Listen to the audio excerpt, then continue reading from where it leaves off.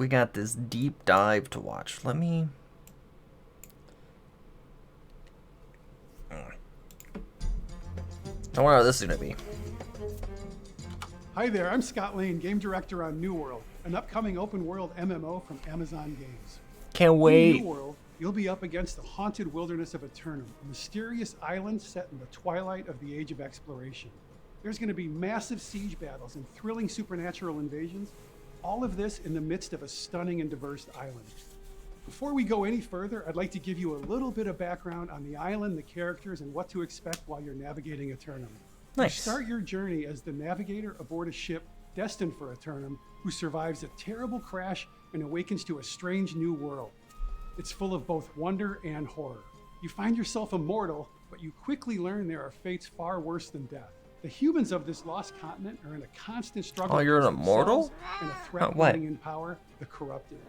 Eternum is a supernatural island with an eternal conflict that causes shifts in its balance of power. The corrupted, the lost, and the angry earth are in a constant struggle for control. This conflict is at the root of our universe. Rooting for angry Over earth. the last century, the pendulum has swung in favor of the corrupted with the rise of the Tempest, the architect of an apocalypse that seeks to unmake life here and target Rise the of the world Tempest? next. Only you, the player, are capable of uniting the warring human factions to face your common enemy that is hell-bent on taking over the world.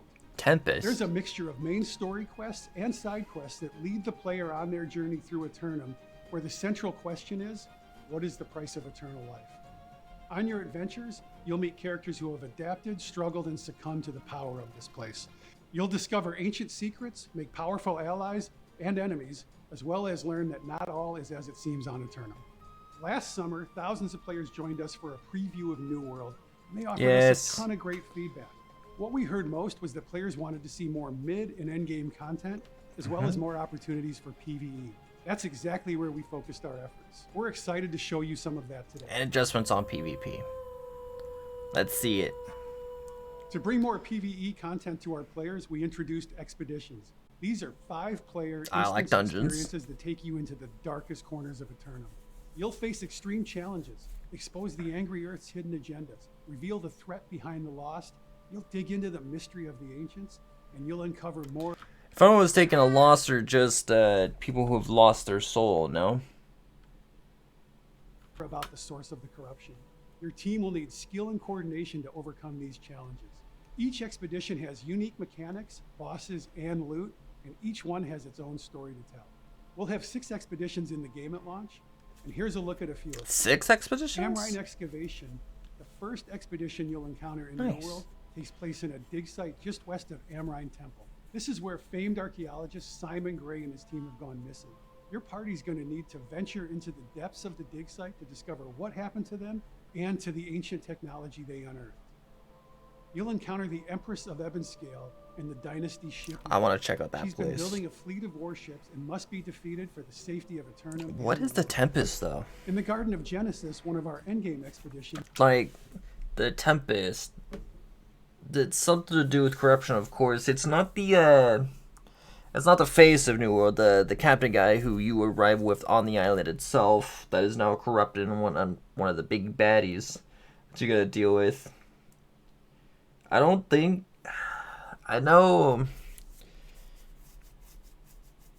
it's the lady either. It might be. No. you'll explore the garden where the angry Earth are born.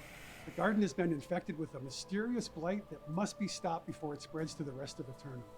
You'll need to face the garden's protectors in order to purge the blight and begin the garden restoration. These expeditions are just a sample of what we'll have in at launch, and there will be much more to come in the future. We've also added 2 new zones to New World since preview. First, we have Ebonscale Ridge, filled with lush wetlands, majestic And it's waterfalls, lion and towering tigers. cliffs. It's a mysterious area in the northwest of the map, home to an exiled empress named Taiyang. A bright young woman once destined for greatness, the empress is now building an army of corrupted forces to reclaim her lineage and her rightful claim to the throne. Rickwater is a rundown fishing village overrun with brutes So all this is taking place on one island, right? And she's building a fleet to sail from this island to the outer world. I don't know what you would call. I guess this is the new world, and the other one would be the old world. If we're going by like the old time saying, that'd be interesting. Can you imagine that, having a naval system in New World, like way later down the line, and exploring more of the old world and the new world? Pirates and the other Would be interesting. convents. Originally imagined as New Venice, the settlement was built on the submerged ruins of an ancient residential district, but quickly overtaken by the Siren Queen and her flotilla, capturing the remaining settlers of Bridgewater into her crew. The Of course, a villains. mysterious supernatural island wouldn't be complete without some villains. One of the most recognizable faces in New World is that of the red-eyed woman wearing a glowing amulet as she overlooks the island. As you may have already guessed, she is one of the most challenging enemies you will encounter in Eternum. Her name is Isabella. Countless warriors not the have tried to Tempest. seize the amulet from the heart Who's of the land, Tempest? but every time they were overmatched by the corrupted and the island's powers, and turned into the corrupted themselves. The Siren Queen is a figure that many will come to know after visiting the shore of Bridgewater. Much about the Siren Queen is yet to be revealed. I don't want to spoil too much, but I can say just a little bit? that she and her crew originally arrived at the island. Wait, is that a handgun in the background? Right there. You got the sword, you got the hatchet, and a handgun. Are they gonna be bringing back handguns?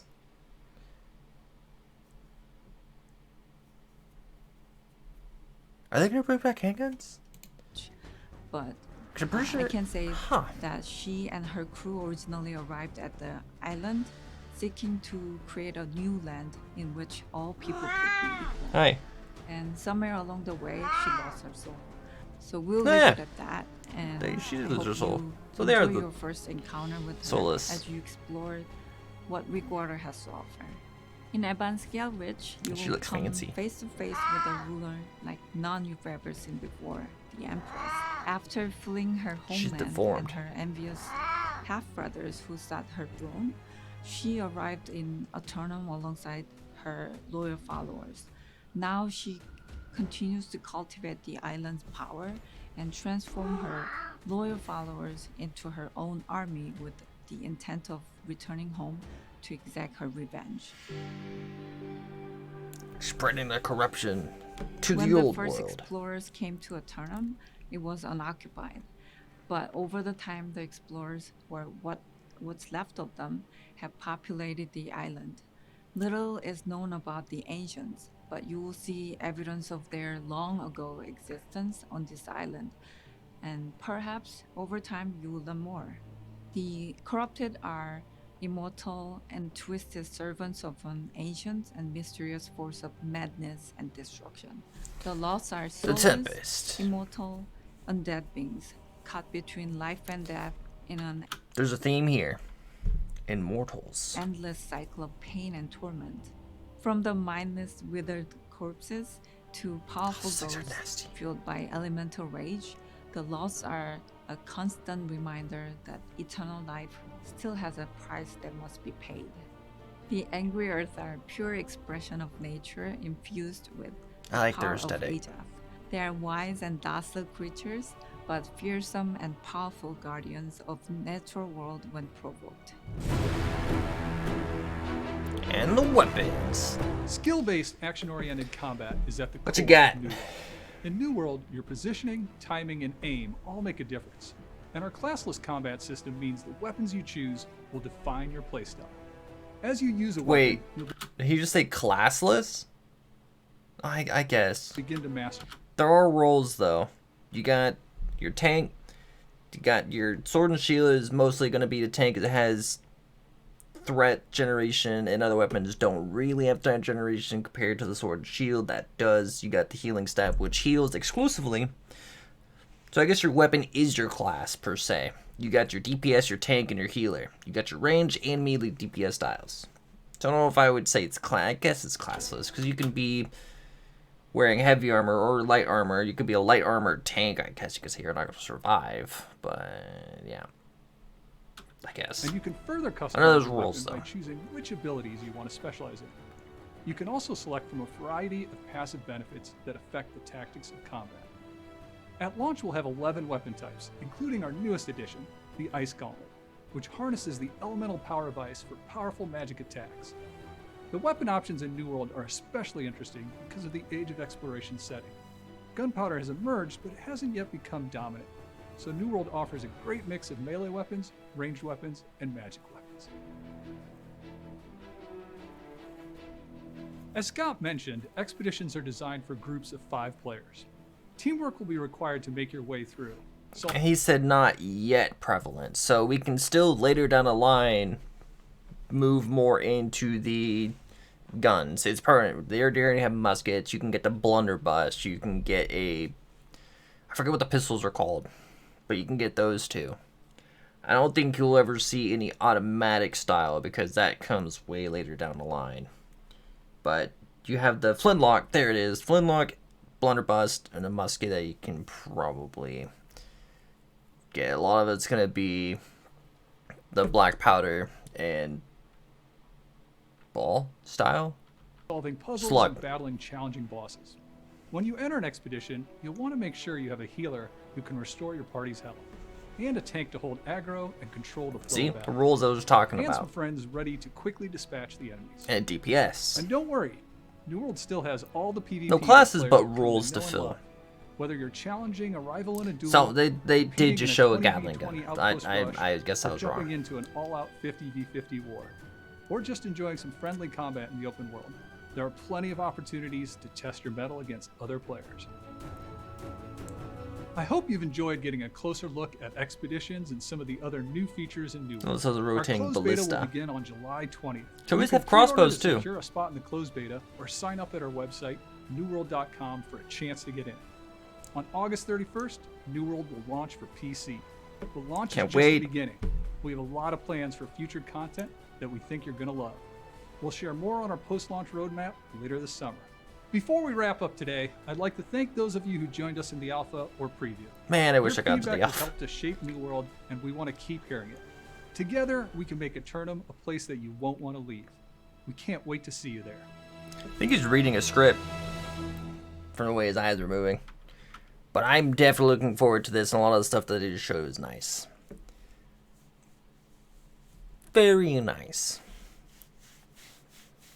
So the whole pistol thing I was just talking about, it looked like they showed a little what he just said, but if we go back, where's she at? Where's she at? Right there. You can see some form of gun. I don't know if that's gonna be a pistol. Maybe we'll get another sidearm for sword and shield.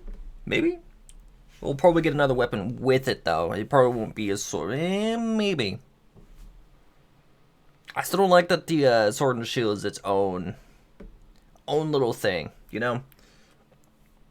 I guess the sword should be its own. If you equip the shield, it changes it. And maybe later down when you get a pistol, it would change it again. So you'd have 3 right there. Sword and shield, having its 2 own little skill trees. You have a sword having its own little skill tree, 2 of them. And then you would have the sword and pistol having its own little things. Honestly, I'd rather it just be, if you have the sword, you only have 1 skill tree. If you put the shield on with the sword and shield, it'll add the right one with the shield stuff. You take the right one away for just the one-handed sword, so all you get is on the left side. Shield, right side is added. You can replace that with the pistol, which would give a right side skill tree on top of the left one with the sword. And you can even do with the hatchet, take away the throwing side of the skill tree with the shields stuff. You'd have the left one and the right one. The shield would have its own singular skill tree. but you can mix that with other one-handed weapons, like, I don't know, maybe the gauntlet and shield, the axe and shield. Yes. But just things like that. The one-handed weapons, I think, would be better paired with stuff like that. And if you had the pistol, it'd be easy to implement. You don't have to make an entirely new 2 skill trees. You only have to do 1. And I guess you'd have to mix match it with stuff like that, with the hatchet, take away the throwing for the pistol, shield, and stuff like that, you know? I think that would have been interesting and fun to play with. Because it would be a hybrid style. You could even have the rapier, right? The rapier would be one as well. The gauntlet wouldn't really be one. Granted, it's one-handed, kind of, but you use both hands, as you saw in some of the gameplay over here. Let me see if I can find the weapons. I think this is the weapons one over here. Will define your playstyle. As you use a weapon, you'll begin to master it, and you can further customize. There's the hatchet, only one-handed. You get the throw, which I was just talking about. Oh, that's the musket. There's a sword and shield I was talking about. Replace this right here. If you're gonna add a pistol later down the line, replace the defender one. You have the swordmaster and defender. Easy to get rid of. There is no shield stuff in this one whatsoever. This is all sword. This is all shield. Remove the shield one if you don't have a shield equipped. Matter of fact, if you don't have a shield equipped, I don't think you can have access to this period anyways. You only have access to this. So it's already there in a way. So you could just equip the pistol and this would just be named something else, you know? Same thing, you can have the defender mixed in with the hatchet one. Just take away the throwing and just have the berserker side. My thoughts. At launch, we'll have 11 weapon types, including our newest addition, the Ice Gauntlet. This is what I was talking about. This is the elemental power of ice for powerful magic attacks. The weapon options in New World are especially interesting. You kind of use their left hand? I don't know. It's weird. Gunpowder has emerged. Gauntlet is weird. It should be gauntlets in both hands, you know? Offers a great mix of melee weapons, ranged weapons, and magic weapons. Those of you who joined us in the alpha or pre on it, I gotta. All right, let's continue on to the. Hey guys, it's Jeff Keighley, and I am here at Amazon Games in Irvine with Scott. It's good to see someone in person and do one of these interviews. We're fully tested, and I gotta say, you guys have been testing this game for a number of years, working on it and building it. And I first wanted to start by asking you, what has kept the team motivated through all these years? I know this past year has been so challenging to make games, and you guys had a lot of players in it last summer, have been building on it. What's kept you going all these years? First off, thank you so much for coming. Yeah. It's great to see you. There's been a lot of things that have kept us going. We love the lore. We love the story of Eternum. We love to just be able to tell that story. But for the last year, it's been watching the players play the game, reading the feedback, engaging with them, and trying to understand, where they want us to take the game and how we can get it there. So when the team's in the forums or in the game and chat, watching and talking to players, it just pumps us up. It's fun. It helps us. Well, these games are obviously built with the audience, and exactly last summer it was great to have all those players in there. As you said today, you guys have been building a lot more content and refining aspects of the game. From a top level, like New World, what do you hope it adds to the MMO genre? Like, it's an amazing genre. There are fans that don't just spend tens of hours; they spend hundreds of hours in these worlds. What are you hoping this game adds to the canon of MMO games? Well, I think there's a few things. One, we're building this beautiful world, and I think our graphics bring a different dimension to the MMO genre. They're a little more realistic, and it helps us with the storytelling that we're trying to tell from about Eternum in this time generation. Yeah. But the combat is the big differentiator.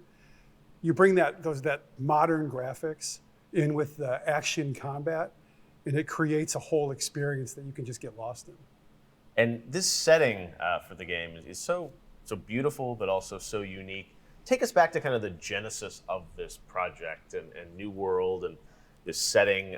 How did it come about? How did you guys land in this? Because this is brand new IP, big decision about where you were going to set this game. How did that come about?